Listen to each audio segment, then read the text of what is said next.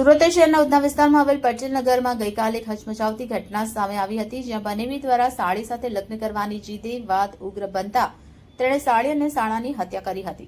પ્રાપ્ત વિગત અનુસાર સંદીપ ઘનશ્યામ ગૌડ પોતાની પત્ની અને 3 સંતાન સાથે રહે છે અને તેની સાળી મમતા, સાળો નિશ્ચય કશ્યપ અને સાસુ કેનીલાલુ શકુંતલા વતનથી સુરત આવેલા હતા। તે દરમિયાન ગઈકાલે રાત્રે સંદીપે પોતાની સાળી મમતા સાથે લગ્ન કરવાની ઈચ્છા વ્યક્ત કરી હતી, જેને કારણે ઘરમાં ઝઘડો થયો હતો।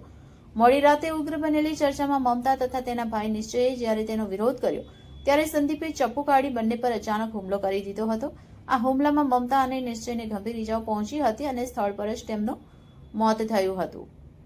જ્યારે વચ્ચે પડીને ઝઘડો શાંત પાડવાનો પ્રયાસ કરતી સાસુ કેનીલાલુ શકુંતલાને પણ ચપ્પુના ઘા મારવામાં આવ્યા હતા। હાલ તેમની હાલત પણ ગંભીર હોવાનું હોસ્પિટલ દ્વારા જણાવવામાં આવ્યું છે। આ ઘટના અંગે લોકોએ તાત્કાલિક પોલીસને જાણ કરી હતી। ઉધના પોલીસ ઘટના સ્થળે પહોંચી હતી અને ફરાર થયેલા આરોપી સંદીપ ગૌડને રાત્રે ઉધના રેલવે સ્ટેશન પાસેથી ઝડપી પાડ્યો હતો। પોલીસે તેના વિરુદ્ધ ડબલ મર્ડરની ગંભીર કલમો હેઠળ ગુનો નોંધ્યો છે અને આગળની કાર્યવાહી હાથ ધરવામાં આવી છે।